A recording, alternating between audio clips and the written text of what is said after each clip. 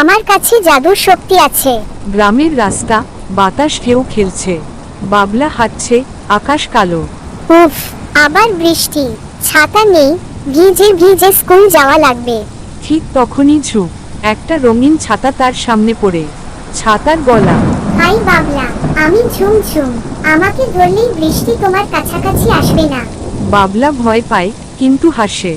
জাদুর ছাতা, যাক, আজ আর ভেজা লাগবে না। স্কুলের মাঠে বাবলা ছাতা খুলতেই ঝিকঝিক আলো, চারপাশ শুকিয়ে যায়। বন্ধুরা অবাক। বাবলা, তুই কোথায় পেলি এমন ছাতা? বাবলা গর্ব করে বলল। আমার কাছে জাদুর শক্তি আছে। সে মজা করতে করতে ছাতা ঘোরাতে থাকে। গাছ শুকিয়ে যায়, পানি উড়ে যায়, পাখিরা ভয় পায়। জাদুর ছাতা বলছে।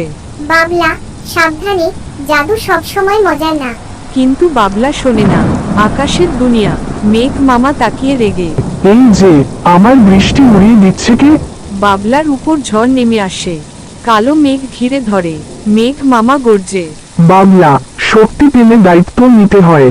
বাবলা ভয় পেয়ে ছাতা আঁকড়ে ধরে। আমি ভুল করেছি মামা, ক্ষমা করেন। ঝুম ঝুম ছাতা বাবলাকে জড়িয়ে রাখে।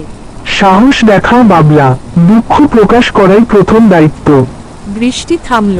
মেঘ মামা নরম স্বরে বলল। শক্তি পেলে সেটা ভালো কাজে লাগাতে হয়। বাবলা সিদ্ধান্ত নেয়। সে ছাতা দিয়ে গাছের পানি ফেরত দেয়, পাখিদের ভয় কমায়, বন্ধুদের কাপড় শুকিয়ে দেয়। সবাই খুশি। শক্তি পেলে দায়িত্বও নিতে হয়। যে শক্তির অপব্যবহার করে, তার উপরই ঝড় নেমে আসে।